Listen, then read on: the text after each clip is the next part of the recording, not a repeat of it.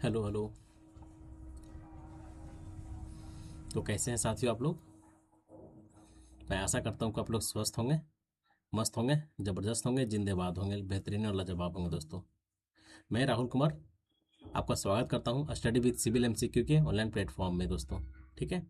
तो जैसा कि दोस्तों हम लोग कर रहे थे अभी कल का जो क्लासेस हुआ है आपका सब्जेक्ट वाइज वाले क्लासेस का पार्ट नंबर 4 था, जो कि आप लोग ने बहुत अच्छे खासे उसमें प्यार दिए। ठीक है, बस बस यही करना है कि जितने भी क्लासेस आपके लिए बनाए जा रहे हैं, अपलोड किए जा रहे हैं, बस उसको आप मैक्सिमम टाइम देखें। ठीक है। वैसे तब क्या होगा कि आपका बेनिफिट कुल मिला के देखा जाए तो इधर से करें या फिर इधर से करें, बेनिफिट आप ही को होना है। ठीक है। तो क्या करना है, आप दोनों क्लास देखें, तब दोनों क्लास देखने से फायदा आपको खुद देखिएगा। ठीक है। कि एक सब्जेक्ट वाइज प्रैक्टिस जो कर रहे हैं सो, और एक बीटीएससी जेई वाला जो क्लासेस में प्रैक्टिस कर रहे हैं सो, दोनों में फ़र्क आपको समझ में भी आएगा और दोनों क्लास आपको करने का मन करेगा दोस्तों। ठीक है। तो निरंतरता के साथ अपने आप को बनाए रखें, अपना लाइफ को बरकरार रखें, ओबियसली की सफलता आपके कदम चूमेगी दोस्तों। तो आज का जो क्लास है आपका बीटीएससी जेई डे नंबर 35 शायद है, एग्जैक्ट याद नहीं हमको। शायद डे नंबर 35 होने वाला है। ठीक है।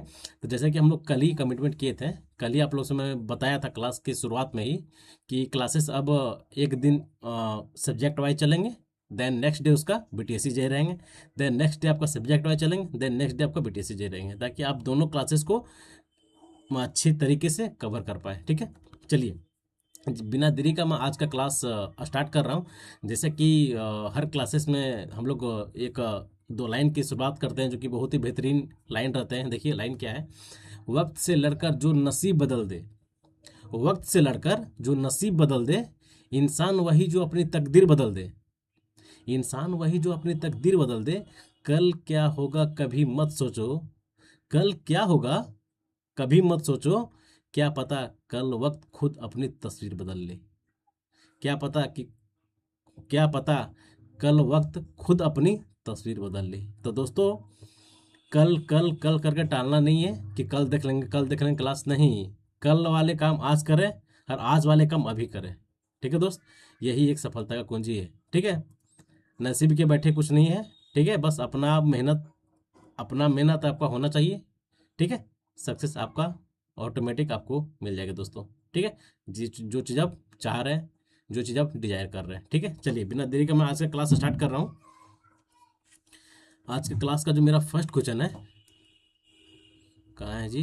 हाँ, ये देखिए, थोड़ा सा मैं इसको एडजस्ट कर लूँ, इसको नीचे लेके आ जाता हूँ। ठीक है। अब देखिए, थोड़ा पेन का कलर मैं चेंज कर देता हूँ।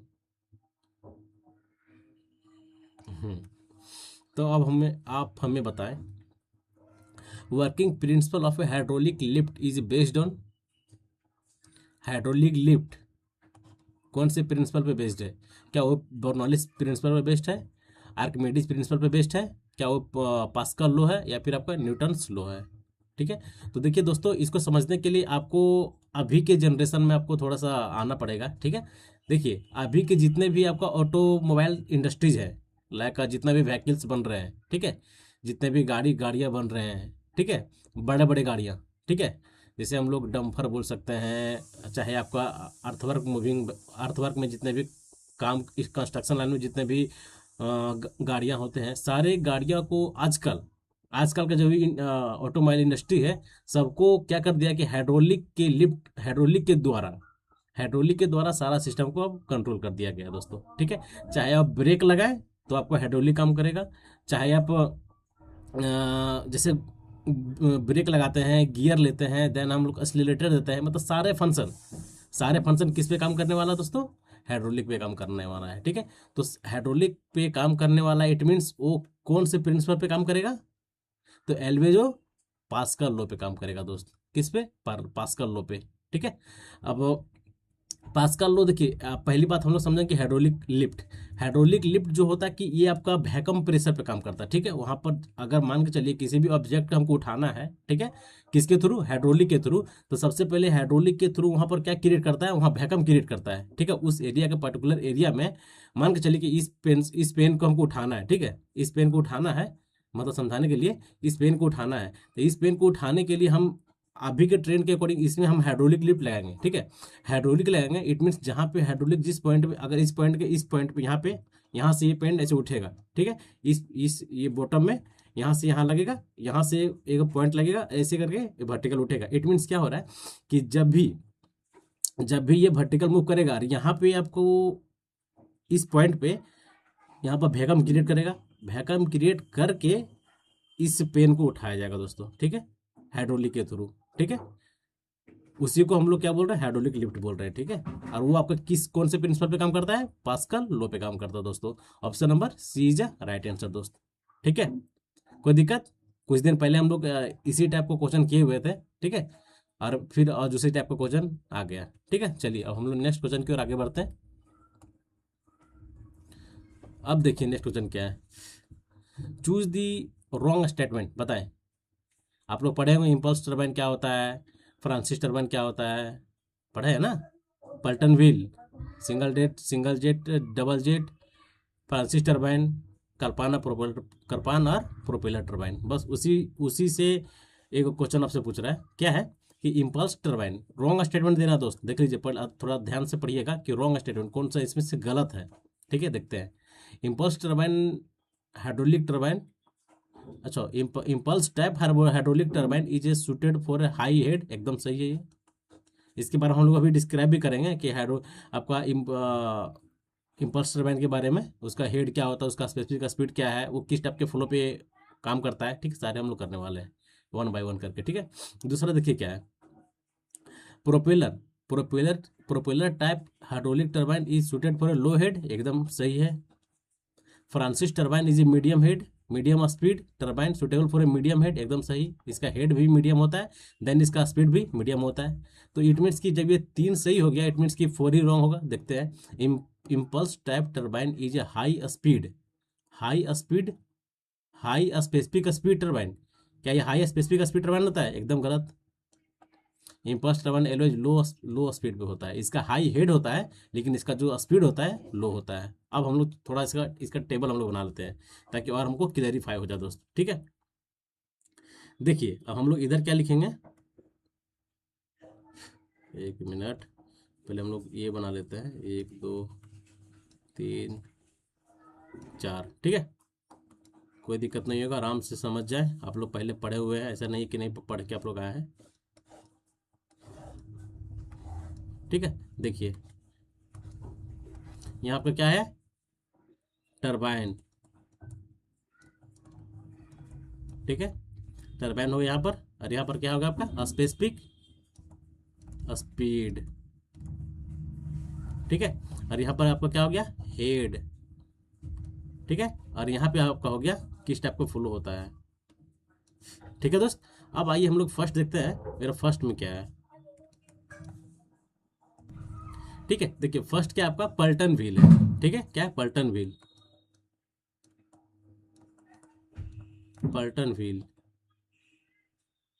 ठीक है। पल्टन व्हील में इसका जो आपका स्पेसिफिक स्पीड होता है एलवेज लो होता है, ठीक है।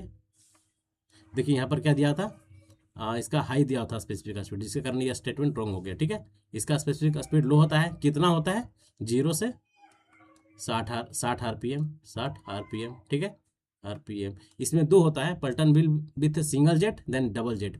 सिंगल जेट में 0 से 30 उसका स्पेसिफिक स्पीड होता है, देन उसका 30 से 60 जो होता है आपका डबल जेट के लिए होता है, ठीक है। तो दोनों को हम एक ही में कर दिए, कोई दिक्कत नहीं है। अब देखते हैं, ये हो गया इसका स्पीड। अब इसका हेड क्या होता है, इसका हाई हेड होता है, किसका, पल्टन व्हील का हाई हेड होता है, ठीक है, याद रखिएगा। अगर नहीं याद हो रहा है तो मैं इसका आपको ट्रिक भी बता दूंगा कैसे याद होता है, ठीक है। हाई हेड, इसका हेड कितना होता है, एभव 300 मीटर, 300 मीटर एभव, ठीक है। कितना, 300 मीटर एभव, किसका, पल्टन व्हील का। देन ये किस टाइप के फ्लो पे वर्क करता है, एलवेज टेंजेंशियल फ्लो। किस टाइप का फ्लो होता है, टेंजेंशियल फ्लो इसमें होता है,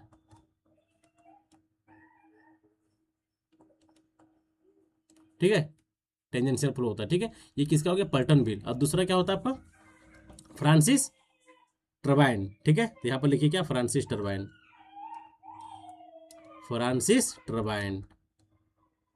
ठीक है दोस्त। और यहाँ पर क्या आपका हो गया, कल्पाइन एंड प्रोपेलर टरबाइन। तीसरा क्या, कल्पाइन एंड प्रोपेलर, अरे यार,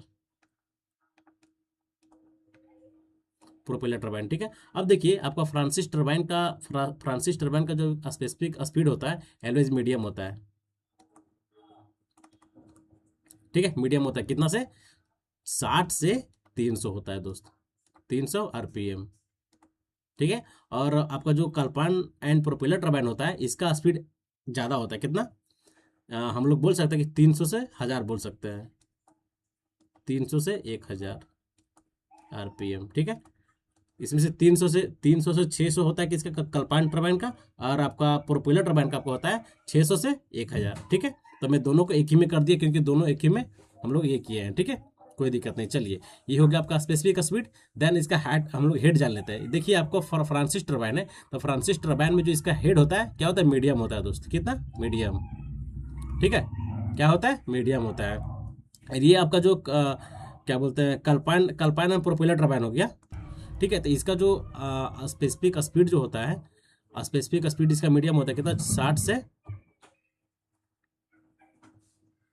सॉरी हम लोग मीडियम पे बात कर रहे थे ना, तो ये आपका जो फ्रांसिस टरबाइन का मीडियम है उसका हेड क्या, मीडियम होता है। इसमें आपका जो इसका जो वैल्यू होता है कितना होता है, 30 से 300 मीटर, 30 से 300 मीटर। देन आपका जो कल्पाइन एंड प्रोपेलर टरबाइन जो होता है इसका जो आपका हेड होता है एलवेज, इसका हेड एलवेज लो होता है। ठीक है, लो होता है, लेस देन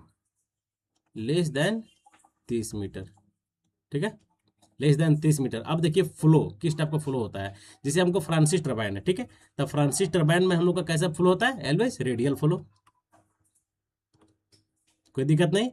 कितना होता है, किस टाइप का फ्लो होता है, रेडियल फ्लो होता है। देन आपका जो कल्पाइन एंड प्रोपेलर टरबाइन है इसमें जो आपका फ्लो होता है एलवेज क्या होता है, एक्सियल फ्लो होता है, एक्सियल फ्लो होता है दोस्त। ठीक है, कोई दिक्कत नहीं। ये टेबल आपको याद होगा तो बहुत बेहतरीन है, और नहीं याद है तो इस टेबल के माध्यम से आप याद कर सकते हैं। देखिए, ठीक है, तो इसका जो आंसर हो गया option number D is a right answer दोस्त। ठीक है, क्या बोल रहा है, impulse type turbine is high head. देखिए तो इम्पल्स टाइप पैटर्न भी इसी को बोल रहे हैं इम्पल्स टरबाइन। ठीक है, क्या बोल रहा है, हाई हेड, लो हेड होता है ना। ये जो इसका यहाँ क्या बोला है कि हाई स्पेसिफिक स्पीड है, लेकिन ये स्पेसिफिक स्पीड इसका हाई नहीं होता है, क्या होता है, लो स्पेसिफिक स्पीड होता है। ठीक है, देख लीजिए। ठीक है, option number D is right answer. चलिए हम लोग अब नेक्स्ट क्वेश्चन की ओर आगे बढ़ते हैं दोस्त। अब नेक्स्ट क्वेश्चन क्या है, देखिए, normalising of A steel is done. अब पहली बात कि हमको समझना पड़ेगा कि नॉर्मलाइजिंग क्या है। ठीक है, उसके बाद हम लोग इसका आंसर कर पाएंगे। ठीक है, तो हम लोग पहले नॉर्मलाइजिंग जानेंगे, नॉर्मलाइजिंग क्या होता है, नॉर्मलाइजिंग ऑफ ए स्टील। देखिए, हमको सबसे पहले समझना पड़ेगा कि आपका नॉर्मलाइजिंग ऑफ स्टील क्या होता है। ठीक है, तो देखिए कोई भी स्टील रहे, ठीक है, कोई भी स्टील रहे, अगर अगर स्टील के स्पेसिमेन को अगर हम लोग 30 से 50 डिग्री सेल्सियस पे अगर हम लोग उसको हीट करते हैं, ठीक है, एक सर्टेन टेम्परेचर पे, ठीक है, 30 से 50 डिग्री सेल्सियस पे अगर हम लोग उसको हीट करते हैं, देन जब हीट करने के बाद उसे अगर हम लोग 15 मिनट के लिए छोड़ देते हैं ठंडा होने के लिए, ठीक है, 15 मिनट के लिए छोड़ देते हैं ठंडा होने के लिए, कहाँ, कोल्ड एयर में। ठीक है, कोल्ड एयर में छोड़ देते हैं ठंडा होने के लिए। ये जो प्रोसेस है, इस प्रोसेस को हम लोग क्या बोलते हैं, नॉर्मलाइजिंग ऑफ स्टील बोलते हैं दोस्तों। ठीक है, क्या बोलते हैं, नॉर्मलाइजिंग ऑफ स्टील। अब देखिए उसके कारण से क्या क्या होता है। ठीक है, उसके नॉर्मलाइजिंग ऑफ स्टील जो हो गया ये प्रोसेस है, इस प्रोसेस से क्या क्या होता है, रिफाइन द ग्रेन स्ट्रक्चर, एकदम सही। ठीक है, दूसरा remove strain caused by cold working, एकदम सही है। Remove dislocation causes in the internal structure due to hot working, एकदम सही। मतलब all of the above is a right answer, D is a right answer दोस्त। ठीक है, ये इसका फंक्शन था, और ये फंक्शन के जो 3 स्टेटमेंट है इसी पे नॉर्मलाइजिंग ऑफ स्टील पे बेस्ड है। इट मीन्स की ऑप्शन नंबर डी जो है आपका राइट आंसर है। ठीक है, चलिए अब देखिए हमारा नेक्स्ट क्वेश्चन क्या है। देखिए कि grey cast iron is best welded applied, बताएं, grey cast iron is best welded apply, बताएं इनमें से कौन से ये अलग अलग वेल्डिंग का टाइप है, कौन से वेल्डिंग का टाइप जो है कि बेस्ट माना गया है in case of a grey cast iron को वेल्ड करने के लिए, बताएं, TIG, MIG, submerge working, then आपका ऑक्सी एसिटिलीन वेल्डिंग। तो देखिए आपका जो बेस्ट वेल्डेड जो होता है आपका, बेस्ट वेल्डेड, क्या बेस्ट वेल्डेड, बेस्ट वेल्डेड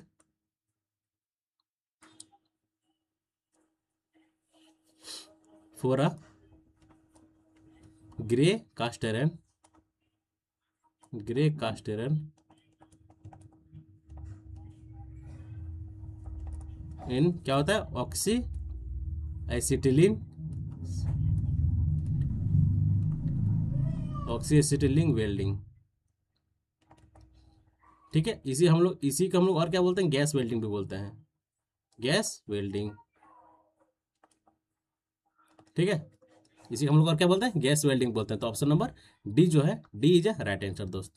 ठीक है, D is a right answer. चलिए अब हम लोग नेक्स्ट क्वेश्चन के आगे बढ़ते हैं। अब देखिए, a 90 100 gram solid cube having a edge of a length, जिसका लेंथ कितना है, 10 सेंटीमीटर, जो कि float in a water, water में फ्लोट कर रहा है। ठीक है, उसका कितना ग्राम का एक मेरा सॉलिड है, 900 ग्राम का है, जो कि उसका एज जो है पानी में तैर रहा है, कितना, 10 सेंटीमीटर, जिसका लेंथ है वो पानी में तैर रहा है। ठीक है, कोई दिक्कत नहीं।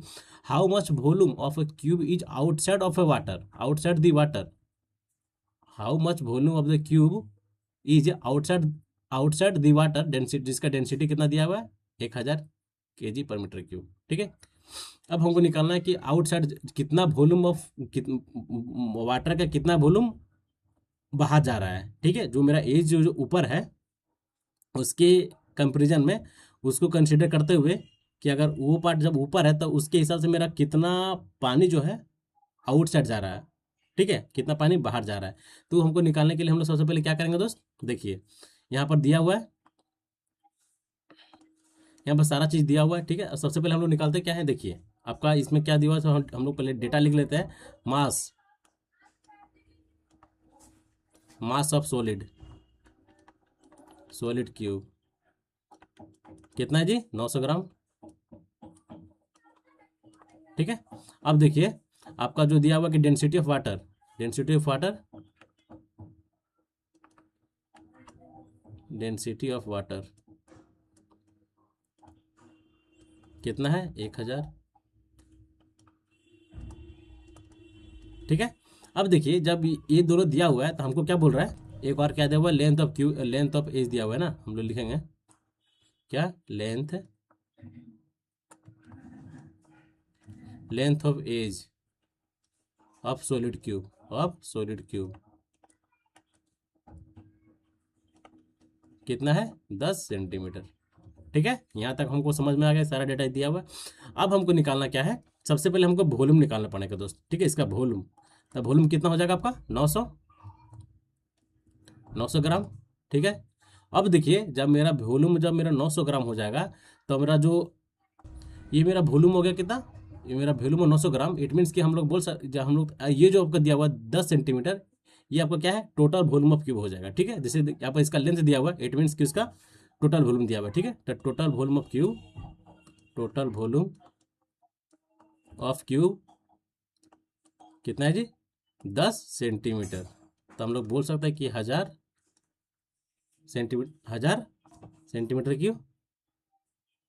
ठीक है, सेंटीमीटर क्यूब। ठीक है, अब देखिए हमको क्या निकालना है, हमको निकालना है कि how much volume of cube in outside of water. ठीक है, तो हम लोग कैसे निकलेंगे, जब हम टोटल वॉल्यूम में से ये वॉल्यूम जब माइनस कर देंगे तो हमको निकल जाएगा ना।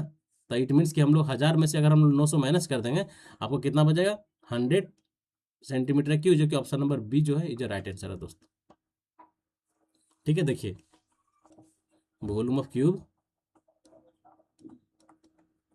Volume of cube, volume of cube of, volume of cube is outside, volume of cube, volume of cube is outside, outside the water. तो ये आपका total volume minus volume of ये कितना आ गया, 1000 centimetre cube. Option number B is the right answer दोस्त। कोई दिक्कत? कोई दिक्कत है तो बताएं। कोई दिक्कत है क्या? क्लियर है? चलिए हम लोग नेक्स्ट क्वेश्चन की ओर आगे बढ़ते हैं दोस्त। अब देखिए नेक्स्ट क्वेश्चन क्या है। ए mild steel flat of A width कितना दिया हुआ है? 120 mm दिया हुआ है, ठीक है। इसका थिकनेस कितना है? 10 mm। Is bent into A arc, ठीक है। उसको बेंट किया जा रहा है एक आर्क के फॉर्म में, ठीक है। आर्क ऑफ ए सर्कल जिसका रेडियस कितना दिया हुआ है, उसको बेंड कर दिया, पूरी तरह से बेंड कर दिया, जिसका रेडियस कितना है? 10 मीटर दिया हुआ है, ठीक है। By applying a moment if E जो दिया हुआ है ई 10 × 10⁵ न्यूटन पर mm², द मैग्नीट्यूड, मतलब एम निकालना है आपको। अब कैसे निकलेगा? एम निकालना है भाई, कैसे निकलेगा बताएं। तो पहली बात कि हमको सबसे पहले देखना पड़ेगा कि आपका ये जो फ्लैट, ये जो मेरा स्टील है, इसका विड्थ कितना हुआ था? 120 mm, और इसका थिकनेस दिया हुआ था, ठीक है। उसके बाद ना इसको, मतलब इसका शेप चेंज किया गया है। हम्म तब सबसे पहले हम लोग बैंडिंग फार्मूला से क्या निकालेंगे? देखिए, बैंडिंग इक्वेशन लिख सकते हैं। क्या होता है? M/I, क्या क्या हमको एम निकालना है ना। M/I = E/R, है कि हमको रेडियस भी दिया हुआ है, एम हमको निकालना है, एम निकालना है, और आई निकल जाएगा इसके, ये से, ये मेरा विड्थ है, इट मीन्स कि रेक्टेंगुलर बन रहा है, तो BD³ से आई निकल जाएगा, मोमेंट ऑफ इनर्शिया। ई का वैल्यू आपका दिया हुआ है, ठीक है। चलिए देखिए, तो पहले हम लोग क्या करते हैं? पहले हम लोग आई निकाल लेते हैं दोस्त। आई क्या होगा? देखिए तो, BD/Q, बी मतलब डी का हम लोग यहाँ पर टी के टर्म में दिया हुआ, तो हम लोग टी के टर्म में लिख सकते हैं। बी टी के क्यू हो जाएगा, ठीक है। B B T Q divided by 12। मेरा बी कितना है? 120 इंटू थिकनेस कितना है? 10 के क्यू डिवाइडेड बाई 12। यहाँ से कितना हो जाएगा आपका? 10⁴, ठीक है। mm², ठीक है। ये आपका आई हो गया। देन हम लोग अब देखते हैं, अब मेरा ई दिया हुआ है, कोई दिक्कत नहीं है। अब हमको क्या निकालना है? अब हमको निकालना है आपका, अब सीधे हम लोग इस फॉर्मूला में बैठाते हैं आप, ठीक है। देखिए, एम हमको निकालना है बाई आई कितना है आपका? 10⁴ इजकल टू ई कितना है? 2 × 10⁵, ठीक है। देन आर कितना है मेरा? रेडियस 10 मीटर, मतलब 10,000, ठीक है। 10,000। जब हम लोग यहाँ से सॉल्व कर एम निकालेंगे, 2 × 10⁵ डिवाइडेड बाई 1 2 3 4 गुना 10⁴। जब इसको हम लोग सॉल्व करेंगे, देखिए तो सॉल्व हो रहा है, कितना जाएगा, कितना इसका आंसर होगा? 10⁴ से 10⁴ सीधे सीधे कट जाएगा, ये आपका बचेगा 2 × 10⁵, जो कि option number 2 × 10⁵, option number B is a right answer दोस्त। ये आपका इंटू में है, इंटू ये आपका पावर में है, ठीक है। 2 × 10⁵, option number B is a right answer. कोई दिक्कत? कुछ नहीं था। पहले हम लोग क्या किए कि इसका जो एक प्लेट था, ठीक है, एक माइल्ड स्टील था, जिसका विड्थ दिया हुआ था, देन थिकनेस भी दिया हुआ था, ठीक है। तब विड्थ और थिकनेस को उसके बाद इसका दिया हुआ था, उसके बाद इसको बेंड किया गया दोस्त। तो पहले जो आपका दिया हुआ है उस पर तो हम लोग काम करेंगे, ठीक है, उस पर काम करेंगे। उसी पे पहले हम लोग एक रेक्टेंगुलर प्लेट हो गया माइल्ड स्टील का, उसका विड्थ दिया हुआ था, थिकनेस दिया हुआ था, जिसके हिसाब से हम लोग मोमेंट ऑफ इनर्शिया आई निकाल लेंगे, ठीक है। BTQ डिवाइडेड बाई 12 से आई निकल गया। देन हमको ई का वैल्यू दिया हुआ था क्वेश्चन में, ई का दिया हुआ था। देन हमको रेडियस भी दिया हुआ था, तो हम लोग बेंडिंग का इक्वेशन लगाते हैं, M/I = E/R, ठीक है। एम भी दिया हुआ है, एम निकालना है, आई दिया हुआ है, ई भी, ई आपका गिवन है, देन आपका आर भी गिवन है, जो कि कितना है? 10 मीटर है। बस उसी के फॉर्मूला बैठा का आपका आंसर आ जाएगा सामने, ठीक है। चलिए अब हम लोग नेक्स्ट क्वेश्चन की ओर चलते हैं। अब बताएं, देखिए नेक्स्ट क्वेश्चन क्या है। The pressure of a liquid measuring with the help of piezometer tube के हेल्प से हम लोग किस टाइप के प्रेशर को मेजर करते हैं? क्या वो वैक्यूम प्रेशर होता है, आपका एटमॉस्फेरिक प्रेशर होता है, क्या वो आपका एब्सोल्यूट प्रेशर होता है, या फिर आपका गेज प्रेशर होता है दोस्तों? तो बताएं कि पीजोमीटर आप लोग देखे होंगे, पीजोमीटर किस टाइप से होता है?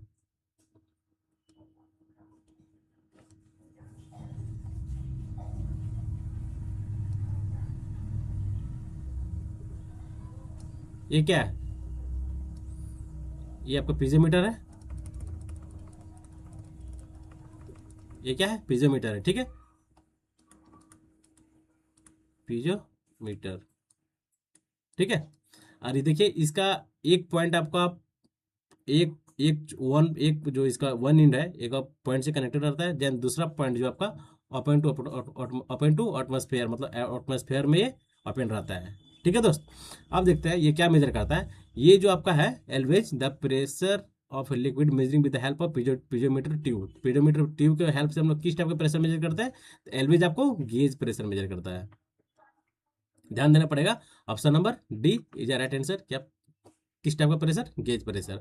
अब हम लोग थोड़ा जान लेते हैं आपका, जैसे ये देखिए कि वैक्यूम प्रेशर क्या होता है, ठीक है। देखिए पहले हम लोग एब्सोल्यूट प्रेशर के बारे में, क्योंकि इससे जो आप इससे आपका 2 या 3 फार्मूला बनता है, और तीनों फार्मूला से आपका एग्जामिनेशन में क्वेश्चन आए हुए हैं दोस्त, ठीक है। देखिए क्या फार्मूला क्या है, पहला हम लोग लिखेंगे क्या, absolute pressure, PABS, absolute pressure. ये क्या होता है, किसका समीकरण होता है बताएं।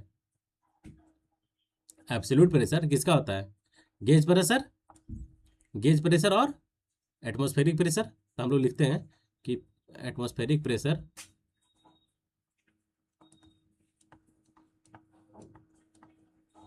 Atmospheric pressure plus gauge pressure, gauge pressure, ये आपका क्या हो गया, एब्सोल्यूट प्रेशर। दूसरा क्या होता है आपका, दूसरा आपका हो गया वैक्यूम प्रेशर। वैक्यूम प्रेशर में क्या होता है, लिखते हैं पी वैक्यूम, वैक्यूम प्रेशर। अब बताएं वैक्यूम प्रेशर में क्या होता है, वैक्यूम प्रेशर में आपका atmospheric pressure minus absolute pressure, क्या, atmospheric pressure, atmospheric pressure minus क्या, एब्सोल्यूट प्रेशर, एब्सोल्यूट प्रेशर। कोई दिक्कत, ये दोनों फार्मूला से आपको एग्जामिनेशन में नोमरिकल भी मिलेंगे, इजी इजी नोमरिकल पूछ देगा कि एटमॉस्फेरिक प्रेशर दिया हुआ है, गेज प्रेशर दिया हुआ है, अब हमें आप एब्सोल्यूट प्रेशर बताएं, तो इस फार्मूला आपको याद रहेगा, तुरंत आप इसमें वैल्यू पुट करेंगे, देन आपका आंसर आ जाएगा, ठीक है। तो इसका जो आंसर हो गया option number D is right answer दोस्त। चलिए हम लोग अब नेक्स्ट क्वेश्चन की ओर आगे बढ़ते हैं। अब नेक्स्ट क्वेश्चन क्या है, देखिए बताएं कि when the body immerse in a fluid, कोई बॉडी है, ये आप लोग स्टेट में सारा जो कि यहाँ पर कंसेप्ट दिया हुआ है, static equilibrium, neutral equilibrium, unstable equilibrium, सब सारा आप लोग पढ़े हुए हैं, बस आपको इस क्वेश्चन को लगाना है। देखिए क्या है, when a body immerse in a fluid does not come back to its original position, देखिए यहीं से पकड़ा गया ये, does not come back its original position, जो कि अपने ओरिजिनल पोजीशन पे नहीं आ रहा है, from the slightly inclined displacement such that a state is called a stable equilibrium, unstable equilibrium, then आपका न्यूट्रल इक्विलिब्रियम। अस्टेबल इक्विलिब्रियम में क्या होता है, अस्टेबल इक्विलिब्रियम में कि जैसे पेंडुलम, यहाँ से अगर पेंडुलम है यहाँ से मूव करेगा, इट मीन्स कि अपना ओरिजिनल पोजीशन पे आएगा, ठीक है। अनस्टेबल इक्विलिब्रियम क्या, ये आपका एक कर्व, ये देखिए अगर यहाँ कोई सर्कल है, ठीक है, यहाँ से मूव करेगा, इधर से इधर जाएगा, तो क्या ये दोबारा यहाँ पे आएगा इस ओरिजिनल पोजीशन पे, नहीं आएगा। तो ये आपका क्या हो गया, अनस्टेबल अनस्टेबल इक्विलिब्रियम, ठीक है। एक आपका होता है क्या, न्यूट्रल इक्विलिब्रियम, जिसमें आपका दोनों बराबर होता है, ठीक है। तो बेसिकली इसमें जो पूछा जा रहा है कि fluid that not come back to its original position then it is called unstable equilibrium, unstable equilibrium, जो ऑप्शन नंबर ठीक है, option number D is a right answer दोस्त। अब थोड़ा हम लोग इसका फिगर, जो प्रॉपर फिगर जो होता है उसके बारे में हम लोग थोड़ा पढ़ लेते हैं तो अच्छा रहेगा।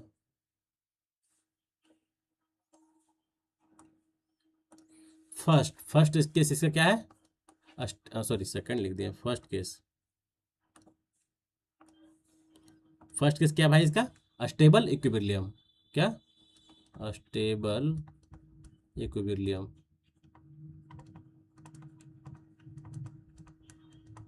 ठीक है। ये क्या होता है बताएं, देखिए कोई बॉडी है, ये आपका बॉडी है,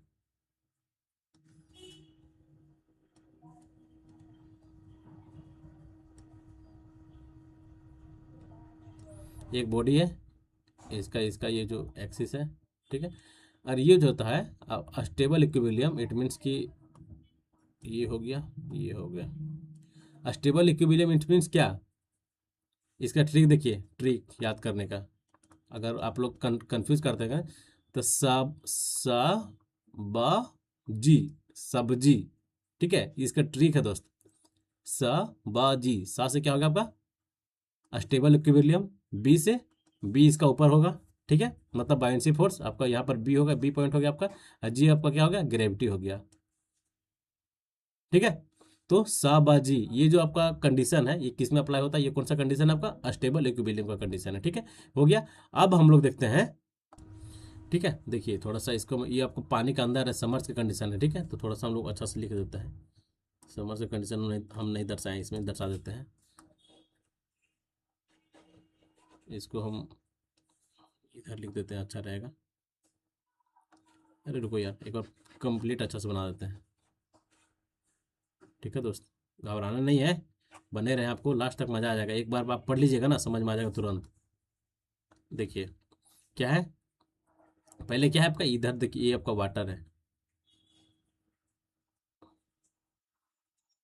ठीक है, ये आपका वाटर लेवल है, और इसके अंदर आपका बॉडी है दोस्त, ये आपका बॉडी हो गया,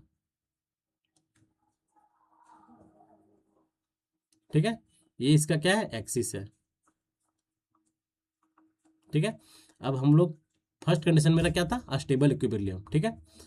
आइए हम लोग ट्रिक क्या पढ़े, सा बा जी, सा बा, ये आपको हो गया बी बाइंसी फोर्स, देन आपका जी, जी मतलब ग्रेविटी, ठीक है। अब जब हम इसमें, अब इसमें जब हम लोग टॉर्क लगा रहे हैं, जब इसमें हम लोग टॉर्क लगा रहे हैं या फिर इसमें हम लोग मोमेंट लगा रहे हैं, ठीक है, जब हम लोग इसको डिस्टर्ब कर रहे हैं, इट मीन्स क्या हो रहा है कि इसका जो शेप हो रहा है, इसका शेप तो चेंज करेगा, ठीक है। जब इसमें हम लोग मोमेंट लगाएंगे, इट मीन्स आपका इस टाइप से हो जाएगा, ये देखिए इस टाइप से हो जाएगा, इस टाइप से ये हो जाएगा, इस टाइप से हो जाएगा, एक मिनट थोड़ा सा,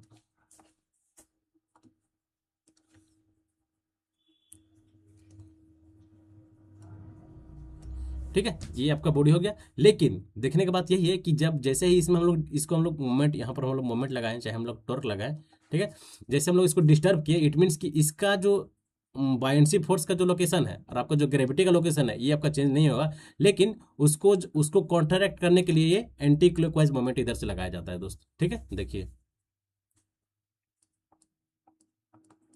ठीक है, ये आपका हो गया क्या, बी था, देन आपका ये जी है, इसको कॉन्ट्रैक्ट करने के लिए, इसका तो जी है, इट मीन्स एम जी इसका नीचे आएगा, ये आपका वेट है, इट मीन्स के ऊपर से फोर्स लगाएगा, ठीक है, एफ।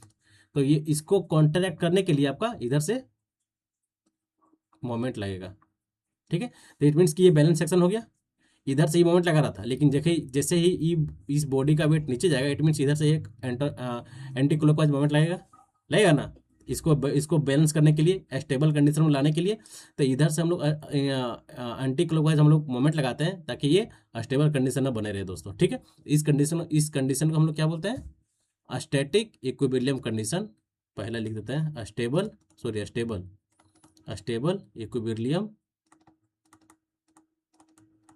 इक्विलिब्रियम कंडीशन, ठीक है, ये आपका एग्जामिनेशन में आया हुआ दोस्त, ठीक है।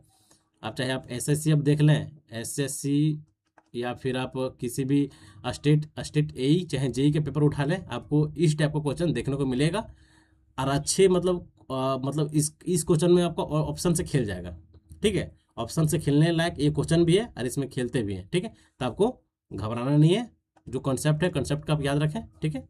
अब देखिए इसका ट्रिक क्या था, ट्रिक मैं फिर से लिखा देता हूँ, ट्रिक क्या था जी, सा बा जी, एस से आपका क्या हो गया, स्टेबल इक्विलिब्रियम, बी से आपको क्या हो गया, बायनेंसी फोर्स, देन आपका जी क्या हो गया, ग्रेविटी, ठीक है, ये आपका हो गया क्या, स्टेबल इक्विलिब्रियम, ठीक है। अब बस इसी तरह दूसरा आपका क्या होता है, अनस्टेबल इक्विलिब्रियम। अनस्टेबल इक्विलिब्रियम में क्या होता है, आपका जो बायनेंसी फोर्स जो होता है, बायनेंसी फोर्स जो होता है और आपका जो ग्रेविटी फोर्स है, इसका लोकेशन चेंज हो जाता है, क्योंकि वो अनस्टेबल है, क्योंकि वो अनस्टेबल है, क्योंकि वो पुराना अपना लोकेशन पे नहीं आ पाता है, ठीक है, क्योंकि ये तो हो जा रहा है ना, इधर से हम लोग मोमेंट लगा रहे हैं, ठीक है, और इस इधर इधर से हम लोग मोमेंट लगा रहे हैं, इसको हम लोग, इस बॉडी को हम लोग जब डिस्टर्ब किए, इट मीन्स ये बॉडी अपना ट्विस्ट कर गया। जब ये बॉडी ट्विस्ट किया तो इसका जो ग्रेविटी, जो इसका जी नीचे लग रहा है, इट मीन्स इधर से इसका जो वेट हो गया mg हो गया, और इसका ऊपर जब बाउंसी फोर्स लगेगा, इट मीन्स इधर से इसका कॉन्ट्रैक्ट फोर्स लगेगा, मोमेंट लगेगा, जिसके कारण ये अपने आप को बैलेंस स्टेबल इक्विलिब्रियम बनाए रखेगा दोस्तों। ठीक है, तो ये आपको क्या हो गया, स्टेबल इक्विलिब्रियम हो गया। और आपका इसी तरह अनस्टेबल इक्विलिब्रियम में आपका ये स्टेबल, मतलब स्टेबल कंडीशन में नहीं बन पाता है, जिसके कारण ये अनस्टेबल इक्विलिब्रियम हो जाता है। लेकिन उसका लोकेशन किसका, बायनेंसी फोर्स का लोकेशन, देन आपका जो ग्रेविटी का लोकेशन है चेंज हो जाता है। ठीक है, याद रखिएगा। और जो आपका न्यूट्रल इक्विलिब्रियम है, फिगर तो यहाँ बनाने का देखते हैं, थोड़ा कोशिश करके देखिए, फिगर मैं यहाँ बना देता हूँ। ठीक है, किसका, अनस्टेबल इक्विलिब्रियम का। ये आपका बॉडी है, ये आपका बॉडी है, ये आपका बॉडी हो गया। ठीक है, ये इसका एक्सिस है। ठीक है, ये आपका क्या हो गया, अनस्टेबल है ना, अनस्टेबल इट मीन्स जी ऊपर होगा, बी नीचे होगा। ठीक है, जैसे ही इसको हम लोग डिस्टर्ब किए, जैसे ही डिस्टर्ब किए, इट मीन्स ये बॉडी इस टाइप से ट्विस्ट करेगा,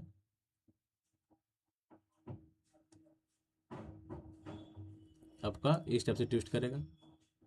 ठीक है, जैसे ही ये बॉडी आपका इस टाइप से ट्विस्ट करेगा, इट मीन्स क्या, जैसे ये बॉडी आपका इस टाइप से ट्विस्ट करेगा, इट मीन्स ये देखिए आपका यहाँ पर जी है, ये आपका जी था और ये आपका बी था। ठीक है, बी। ठीक है, तो जैसे ही ये बॉडी ट्विस्ट करेगा, इट मीन्स आपका जो एम यहाँ पर ये दोनों हो गया, आपका बोल सकते हैं कि आपका मीटर सेंटर भी यहाँ पर एक्ट कर रहा है, देन बायनेंसी फोर्स भी एक्ट कर रहा है। ठीक है, तो इस कंडीशन में ये बॉडी आपका ओरिजिनल शेप पे नहीं आ पाता है, क्योंकि ये फोर्स आपका देखिए, आपका ये बॉडी की वजह से इसका इसका जो आपका वेट है mg इस टाइप से, और ये जो आपको आपका बायनेंसी फोर्स है, ये आपका अपवर्ड टाइप में लगता है, इस टाइप से लग रहा है।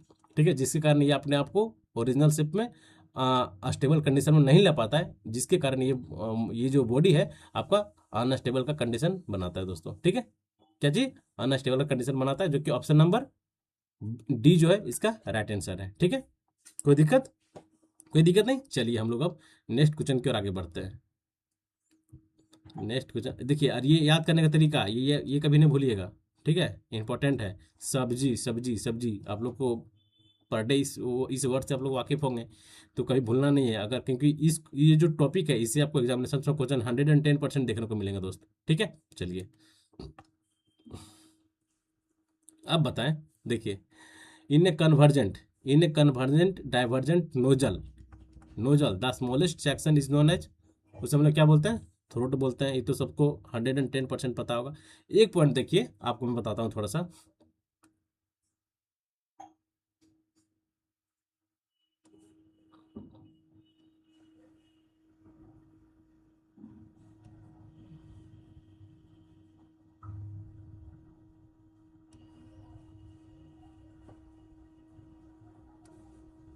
ये पाइप है। ठीक है, और ये जो पोर्शन है, यहाँ से यहाँ जो पोर्शन है, ये क्या है आपका थ्रोट वाला पोर्शन है। ठीक है, क्वेश्चन में पूछता है कि अगर आपका, हम लोग नोजल पे बात कर रहे हैं, नोजल पे बात कर रहे हैं। ठीक है, आपका जो थ्रोट वाला सेक्शन है, ठीक है, थ्रोट वाला सेक्शन पे आपका क्या बोलते हैं, मैक नंबर कितना होता है। यहाँ पे आपका जो ये एरिया है, इस पे आपका मैक नंबर क्या होगा। ठीक है, और बताएं आप, इस पॉइंट से इधर, मतलब इसका सेंटर से, ठीक है, ये सेंटर है, सेंटर से ये सेंटर से बांटता है। ठीक है, इसके सेंटर से और इसके सेंटर से, बताएं मैक नंबर क्या होता है। ठीक है, ये देखिए, आपका जब भी पूछे कि थ्रोट सेक्शन पे मैक नंबर जो होता है एलवेज 1 होता है। ठीक है, मैक नंबर 1 होता है। और आपका जो कि सेंटर से आपका लेफ्ट साइड वाला, लेफ्ट सेंटर से आपका जो लेफ्ट साइड है, उसे हम लोग क्या बोलते हैं, इसको हम लोग एलवेज सब सोनिक फ्लो बोलते हैं। क्या, सब सोनिक, सब सोनिक फ्लो बोलते हैं। देन ये जो हो गया सेंटर से राइट साइड जो हो गया, ये आपका क्या होता है, super sonic flow, super sonic. इसका जो फ्रॉड नंबर होता है एलवेज, मैक नंबर जो होता है एलवेज लेस देन 1 होता है। देन सुपरसोनिक है, Mach number always greater than 1 होता है दोस्त। ठीक है, तो ये जो इंपॉर्टेंट पॉइंट है आपको ध्यान देना है, एग्जामिनेशन से आए हुए क्वेश्चन, इसलिए मैं सोचा कि नहीं बता देता हूँ तो अच्छा रहेगा। ठीक है, तो इस क्वेश्चन का आपको ध्यान देना है। ठीक है, थ्रोट पे कितना होता है, मैक नंबर 1 होगा। ठीक है, सबसोनिक फ्लो में आपका सबसोनिक फ्लो में आपका जो मैक नंबर होगा कितना होगा, लेस देन 1। आपका जो सुपरसोनिक फ्लो होगा उसमें आपका मैक नंबर कितना होगा, ग्रेटर देन 1। क्लियर, क्लियर है ना। चलिए हम लोग अब नेक्स्ट क्वेश्चन की ओर आगे बढ़ते हैं दोस्त। अब देखिए, convergent convergent part, divergent part and throat are use to construct which of the flowing devices. किसमें होता है, कन्वर्जेंट भी हो रहा है, डाइवर्जेंट भी हो रहा है, देन थ्रोट भी हो रहा है। इट मीन्स की वेंचुरी मीटर, क्या वेंचुरी मीटर। अब हमें बताएं कि वेंचुरी मीटर पर कोफिशिएंट ऑफ वेंचुरी मीटर का कोफिशिएंट ऑफ डिस्चार्ज का वैल्यू कितना होता है, सीडी का वैल्यू, जो कि एग्जामिनेशन में आता है। ठीक है, क्या होता है, कितना होता है जी, 0.94 से 0.98 होता है ना। अब हमें अब कोफिशिएंट ऑफ डिस्चार्ज का फॉर्मूला क्या होता है, ये आपका बीपीएससी एई में आया हुआ है, बीपीएससी एई 2024 का शायद था। उसमें आपका क्वेश्चन पूछा गया कि कोफिशिएंट ऑफ डिस्चार्ज का फॉर्मूला क्या होता है, रेशियो ऑफ किसका, actual discharge to the theoretical discharge.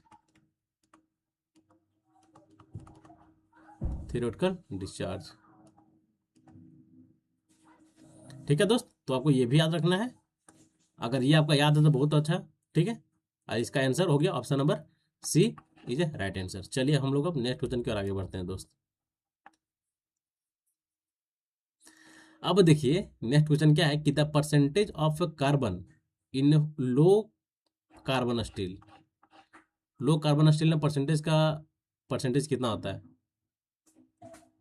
आप लोग पढ़े हैं ना, कितना होता है, लेस देन 1 या फिर 0.5, 1.5 option number B is the right answer दोस्त। ये तो बताने की जरूरत नहीं था।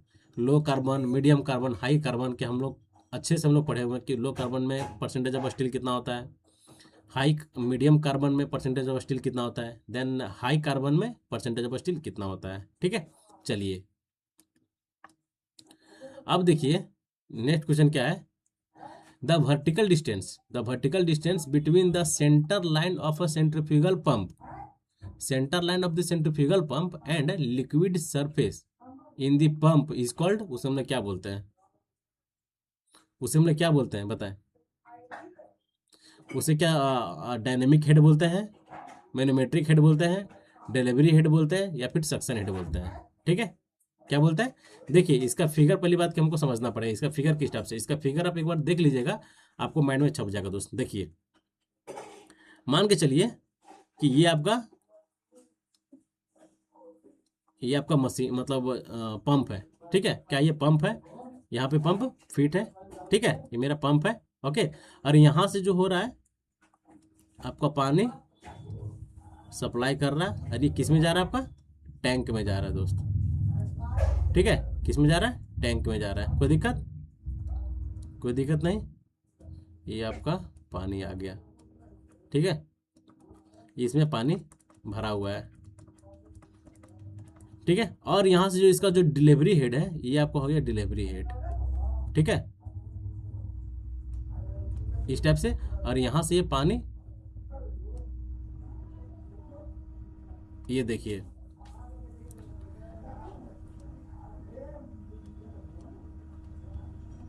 ये आपका हो गया पानी। ठीक है, अब देखिए ये हाइट, ये थोड़ा सा फिगर मतलब इसको नीचे रहता है।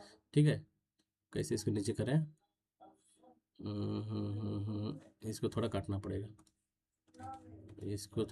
पड़ेगा, दोस्त।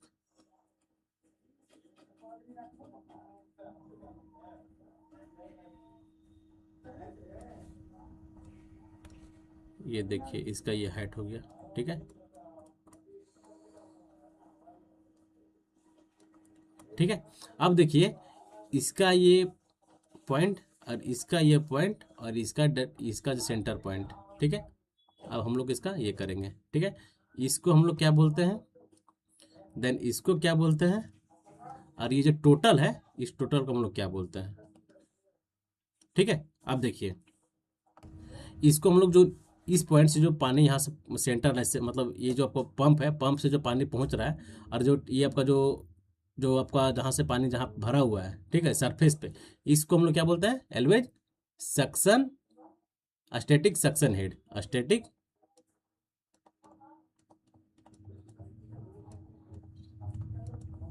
Suction head. ठीक है, अब ये देखिए ये जो हाइट है इसको हम लोग क्या बोलते हैं, टोटल स्टैटिक हेड, टोटल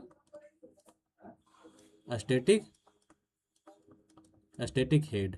ठीक है, और ये जो टोटल इसका जो हाइट है इसको हम लोग क्या बोलते हैं, static discharge head, static static discharge head. कोई दिक्कत नहीं। अब हमको देखिए क्वेश्चन में क्या पूछ रहा है, the vertical distance between the centre line of centrifugal pump, it means कि यहाँ से इसका पूछ रहा है, ये आपका centre line of centrifugal pump है। ठीक है, centre line of centrifugal pump and liquid surface, liquid surface, ये वाला लिक्विड सरफेस, यही तो लिक्विड सरफेस मेरा है, लिक्विड सरफेस, इसके जो ये हाइट है इसको हम लोग क्या बोलते हैं, static suction head. Option number D is a right answer दोस्त। कोई दिक्कत, कोई दिक्कत ये समझने में, कोई दिक्कत नहीं होना चाहिए, विथ फिगर सारा चीज़ क्लियर है कि आपका ये जो पॉइंट हो गया इसको हम लोग क्या बोलते हैं, centre of centrifugal pump, then ये आपका क्या हो गया, लिक्विड सरफेस पंप। ठीक है, तो इसका जो बीच का जो डिस्टेंस है उसे हम लोग क्या बोलते हैं, स्टैटिक सक्शन हेड। ठीक है, दूसरा देखिए आपका दूसरा क्या पूछ देगा कि टोटल स्टैटिक हेड का डिफिनेशन दे देगा, पूछ देगा कि the vertical distance between total, the vertical distance between the vertical distance between the क्या पूछेगा, liquid surface and centre line of the pump, centre line of the pump. ठीक है, तब आप क्या मारिएगा, टोटल स्टैटिक हेड। हमको आप हमको मतलब हम आपको लिख देते हैं, आप उस पर ज़्यादा क्लियर हो जाएगा। देखिए दूसरा क्या है जी, टोटल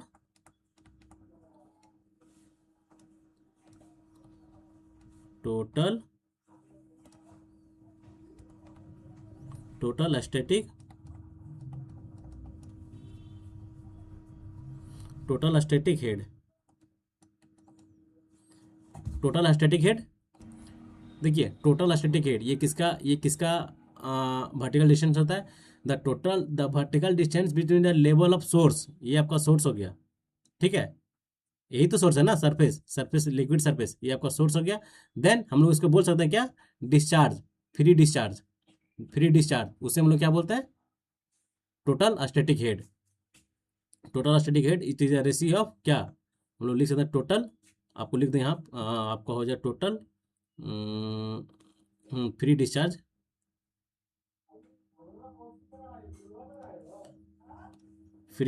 हम लोग यहाँ लिख देते हैं तो ज़्यादा क्लियर हो जाएगा,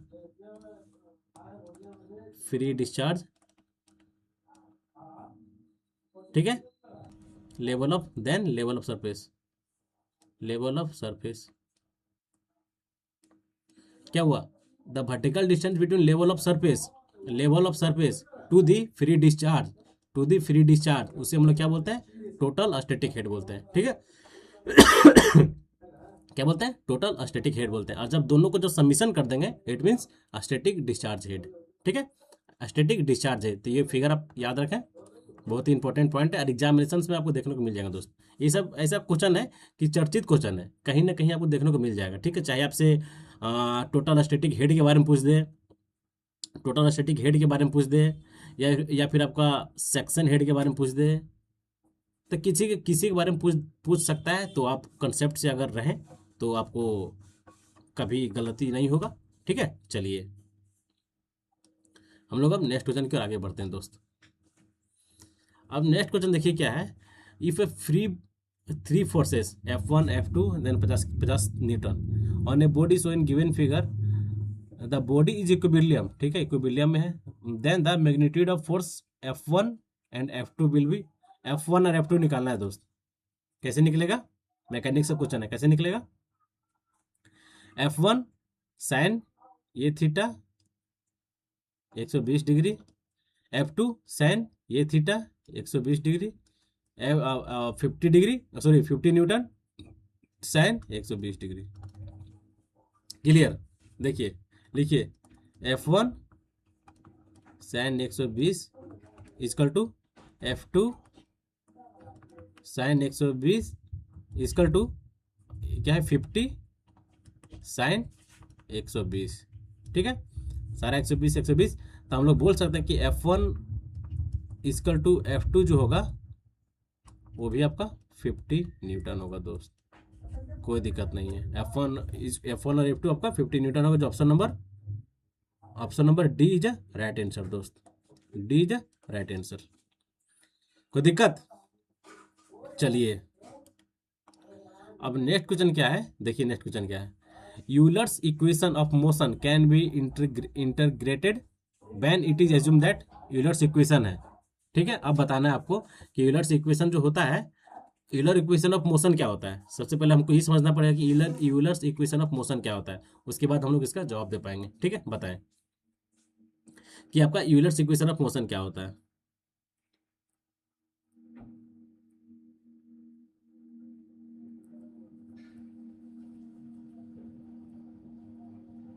देखिए, यूलर्स इक्वेशन ऑफ मोशन एक तरह से स्टडी फ्लो को ज़्यादा ये प्रेफर करता है। ठीक है, बेसिकली जो इसमें जो फ्लो होता है यूलर्स इक्वेशन ऑफ मोशन में, आपका स्टडी फ्लो होता है, आइडियल फ्लो होता है। ठीक है, इन स्ट्रीमलाइन कंडीशन। ठीक है, स्ट्रीमलाइन कंडीशन में आपका स्ट्रीमलाइन कंडीशन में स्टडी एंड आइडियल फ्लो होता है। ठीक है, अब देखिए इसका जो रिलेशन है, चाहे velocity, pressure and density for a moving fluid, velocity, pressure and intensity for moving fluid, ये जिसका जो रिलेशन है वो किस पे बेस्ड है, based on Newton second law of, ठीक है, किस पे, न्यूटन सेकेंड लॉ पर। ठीक है, अब हमको देखिए इसके बारे में हमको कुछ जानना है।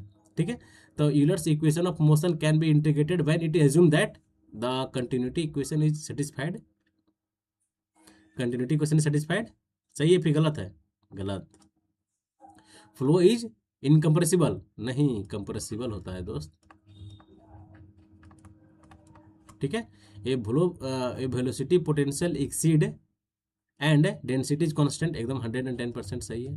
ठीक है, the flow is rotational and incompressible, compressible होता है। अभी हम लोग यहाँ पढ़े ना, फ्लो ही रोटेशनल तो होता है लेकिन ये कंप्रेसिबल होता है, ये कारण ये भी गलत हो गया। कोई दिक्कत? ये इसका जंक्शन है। ठीक है, जंक्शन है ये,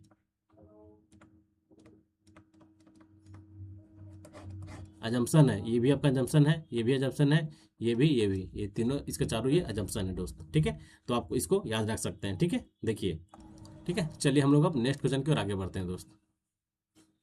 अब नेक्स्ट क्वेश्चन क्या है, देखिए the pressure intensity at a point in a fluid given, जो कि दिया हुआ कितना 3.924 into 10⁴ newton per metre square. ठीक है, what will be the corresponding column, what will the corresponding column of a fluid when the fluid in water. निकालना है जी pressure intensity. Pressure is equal to क्या आता है, रो जी एच। रो कितना है, कितना दिया हुआ इंटेंसिटी 3 प्रेशर ये है ना 3.9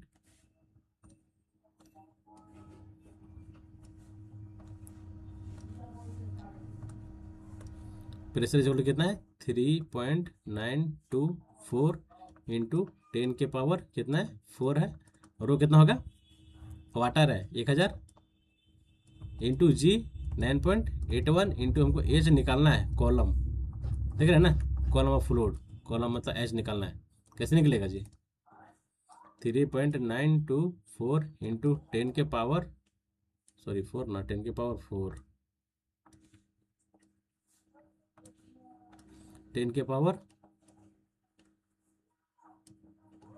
डिवाइडेड बाई 1000 इंटू 9.81। इसको आप सॉल्व कर लीजिए, जो आपका वैल्यू आएगा वो आपका करेक्ट आंसर हो जाएगा। ठीक है,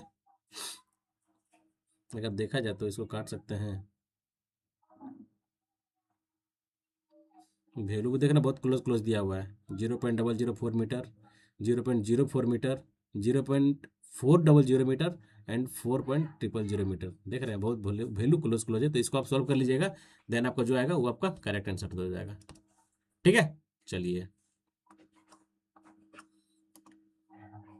अब नेक्स्ट क्वेश्चन क्या है भाई? हाँ देखिए, the recommended treatment method for waste such as a needles, syringes, scalps, blade, ETC required to undergoes chemical treatments बताएं। ये सब जो अलग अलग वेस्ट बताया गया है, इसमें कौन से मेथड से हम लोग ये सबको ट्रीटमेंट करते हैं? नीडल्स हो गया आपका, सिरिंग्स हो गया, सिरिंज हो गया सुइया वाला, सिरिंज हो गया, स्कैल्प्स हो गया, ब्लेड हो गया। ये सब जो मेथड हम लोग यूज करते हैं वो एलवेज आपका ऑटोक्लेविंग मेथड होता है। कौन सा? ऑटोक्लेविंग मेथड होता है, जो कि हम लोग ये सब जो अलग अलग वेस्ट को हम लोग इसमें इसी मेथड के थ्रू हम लोग इसको ट्रीटमेंट करते हैं दोस्तों। ठीक है, अब देखिए आपका इंसरेशन पढ़ेंगे आप लोग।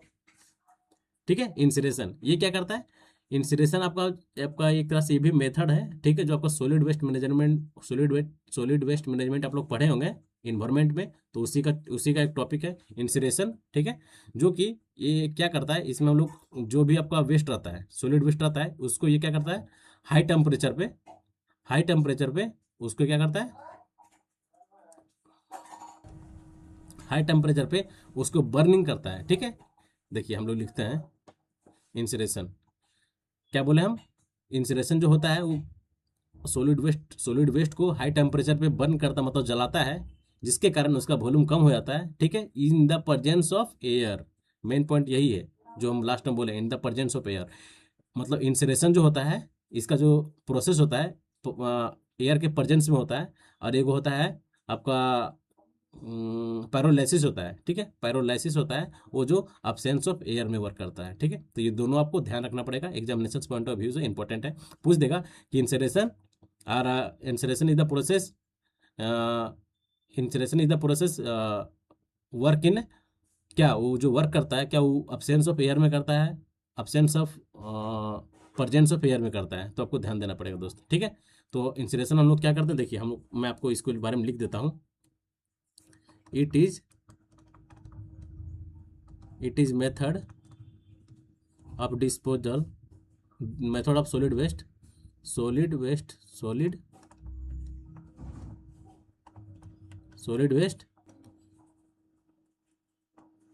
carried out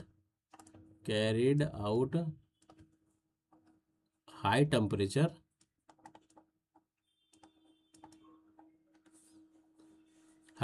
burning।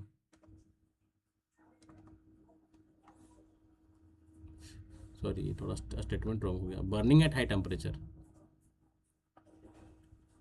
carried out burning at high temperature, carried out burning at high temperature, उसे हाई टेम्परेचर पे जलाता है, हाई टेम्परेचर पे जलाता है, in the presence of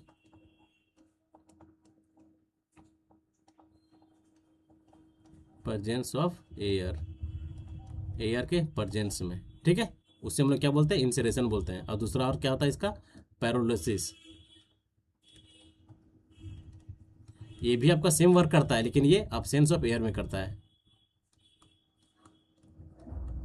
absence of air में बर्न करता है। ठीक है दोस्त, समझ में आ गया? चलिए, इसका जो ऑप्शन हो जाएगा, option number A is a right answer दोस्त। ठीक है, चलिए, लोग ये भी क्वेश्चन में अधिकतर गलती करेंगे। ठीक है, सीधे देखेंगे सरकारी option, on any of the above, option number D mark निकल जाएंगे। बहुत लोग ये करेंगे, इसमें से 50% सही करेंगे, 50% गलती करेंगे ये क्वेश्चन में। ठीक है दोस्त, तो वैसा नहीं करना है, थोड़ा कंसेप्ट से जाए, अच्छा रहेगा। ठीक है, चलिए, अब देखिए क्या है, the shape of particle size distribution curve is represented by, easy question है, गलती नहीं होना चाहिए दोस्त। ठीक है, शेप पूछ रहा है, शेप क्या, coefficient of curvature, informative coefficient, limit state, ये तो आप लोग दोनों आराम से इलिमिनेट कर दीजिएगा। बात रह गया आप दो का, कोफिशिएंट ऑफ कर्वेचर, उसको ये क्या डिफाइन करता है, ये क्या डिफाइन करता है बताएं। देखिए, कोफिशिएंट ऑफ इन्फॉर्मेटिव जो होता है, ये एलवेज शेप को बताता है। ठीक है, शेप ऑफ पार्टिकल साइज, ज़्यादा लिखने से फायदा नहीं, जो पॉइंट है main point, shape of particle size, option number ए जो है राइट आंसर है। ठीक है, कोई दिक्कत नहीं। आप और जो आपका यूनिफॉर्मिटी कोफिशिएंट है ये आपका रेंज बताता है, range of particle size, particle size. कोई दिक्कत? ये आपका दोनों स्टेटमेंट में क्वेश्चन भी पूछा गया है, देन वन लाइनर में पूछा गया, जैसे ये क्वेश्चन बनाया गया है। ठीक है, तो आप लोगों को दोनों ध्यान रखना पड़ेगा कि कौन सा इनमें से आपका शेप ऑफ पार्टिकल साइज वाला है और कौन सा आपका रेंज ऑफ पार्टिकल साइज को डिफाइन करता है दोस्त। ठीक है, इसमें जो होता है रेंज आपको तो पता ही होगा, सी यू ग्रेटर देन 6 और सी यू क्या ग्रेटर देन 4। ये सब तो बताने की जरूरत नहीं है। Well graded sand, well graded gravel, ये सब तो बताने की जरूरत नहीं ना है। CC3 1, ये सब तो बताने की जरूरत नहीं है हमको, जहाँ तक लगता है। इतना बार आप लोग प्रैक्टिस कर लिए कि आप लोग को याद हो गया का सारा टर्म। ठीक है, चलिए अब नेक्स्ट क्वेश्चन क्या है भाई, देखिए find the delta of find the delta from crops, delta निकालना है। ठीक है, तो फार्मूला क्या है दी, 8.64 B/D इक्वल टू डेल्टा। ये तो आप लोग को फार्मूला पता है ना, कोई दिक्कत? कोई दिक्कत नहीं, चलिए फार्मूला बैठाइए। वैल्यू 8.64, बी कितना हुआ जी, 240 इंटू डी कितना है 1728। बस इसको आप लोग काट छाट कर दीजिए, जो आपका आएगा वो आपका आंसर हो जाएगा। कोई दिक्कत है? इजी क्वेश्चन है, फार्मूला बेस है, आराम से आप लोग कर लीजिएगा। अब देखिए नेक्स्ट क्वेश्चन क्या है, अब बताएं। ये तो इजी क्वेश्चन है भाई, सीक्वेंस पूछ रहा है ट्रीटमेंट का। बताएं, पहले हम लोग क्या करते हैं, स्क्रीनिंग करते हैं, फिल्ट्रेशन करते हैं, सेडिमेंटेशन करते हैं। इतना तो आप लोग जरूर पढ़ लिए होंगे कि ये दोनों आप लोग एलिमिनेट कर सकते हैं। ठीक है, आप रह गया 2 गो। ठीक है, तो पहले हम लोग स्क्रीनिंग करते हैं। ठीक है, दोनों स्क्रीनिंग है, कोई बात नहीं, बहुत बेहतरीन। सेडिमेंटेशन भी होता है, एकदम सही, बहुत बेहतरीन। उसके बाद क्या हम लोग डिसइंफेक्शन करते हैं या फिर कोएगुलेशन करते हैं। सेडिमेंटेशन से जैसे ही वहाँ से वेस्ट वाटर निकला, उसके बाद हम लोग क्या करते हैं, एलवेज कोएगुलेशन करते हैं, उसमें हम लोग कोएगुलेंट ऐड करते हैं, एलम। देन कोएगुलेंट ऐड करने के बाद उसको हम लोग बहुत मतलब उसको मिक्सिंग करता है, घुमाता है, फुलकुलेट करता है, उससे क्या फुलकुलेट जनरेट होता है। देन उसके बाद हम लोग क्या करते हैं, डिसइंफेक्शन करते हैं दोस्त। ठीक है, तो option number A is a right answer. ठीक है, A is a right answer. चलिए अब नेक्स्ट क्वेश्चन क्या है भाई, बताएं। The suitable layout for a water supply distribution system for irregularly growing town. बताएं, इरेगुलर कौन सा, irregular it means dead end system. Dead end system को हम लोग और क्या बोलते हैं, ट्री सिस्टम भी बोलते हैं, पता होगा सबको। ग्रिड आयरन सिस्टम को और क्या बोलते हैं, रेटिकुलेशन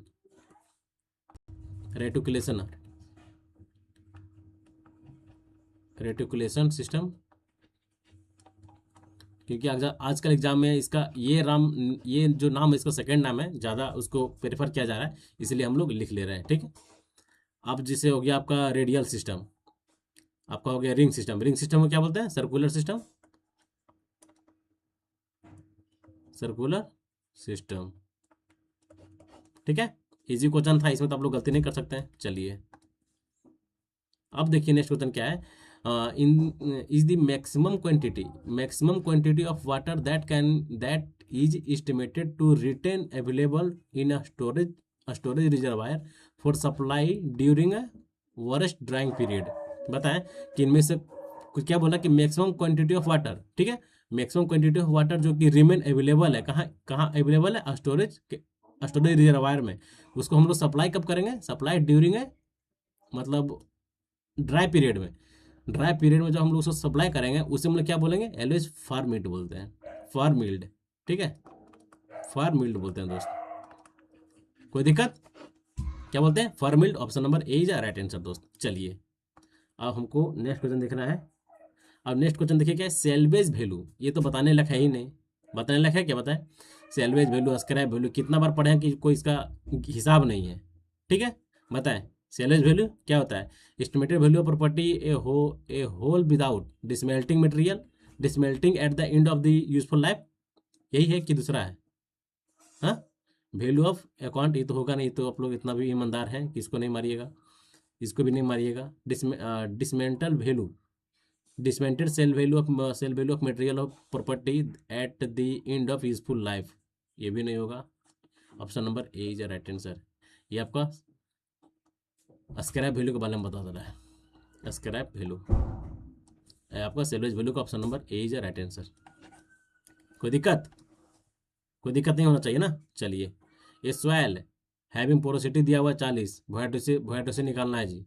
अब बताइए, इतना इजी जो क्वेश्चन है, इसमें भी बताने लगा तो देखते ना है वोएट से ई निकालना है, क्या होता है n/1 - n कितना है 40%, 0.4 डिवाइडेड बाई 1 - 0.4 मतलब 0.6, 0.4, 0.6, इसको सॉल्व कीजिए, आपका वैल्यू आ गया 0.66।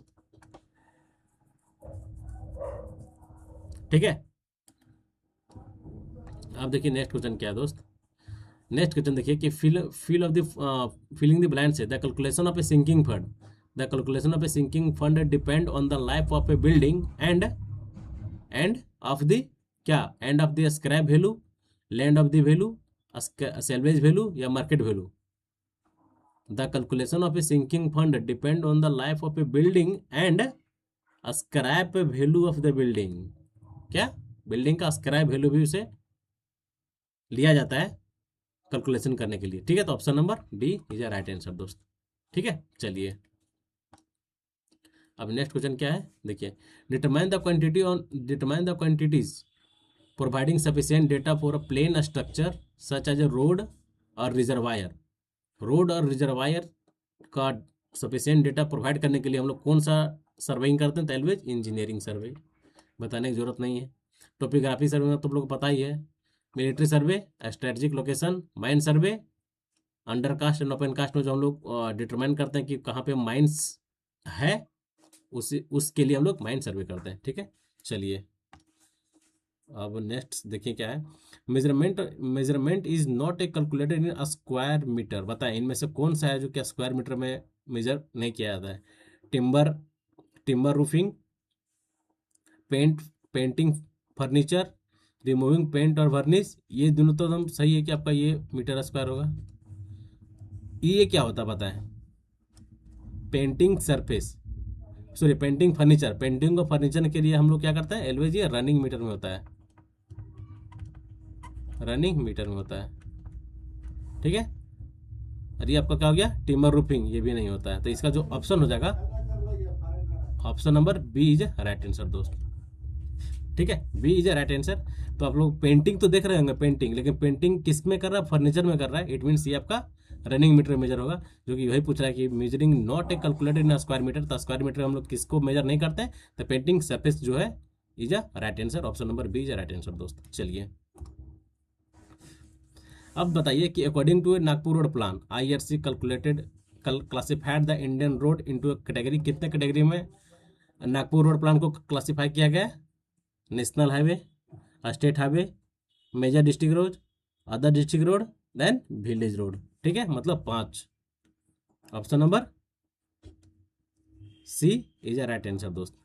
इसमें इसका जो कैटेगरी क्या है सारा, जैसे नागपुर रोड प्लान क्या था इसका ट्रिक? LMN, एन से आपका first Nagpur road plan, Nagpur road plan, Mumbai road plan, then Lucknow road plan.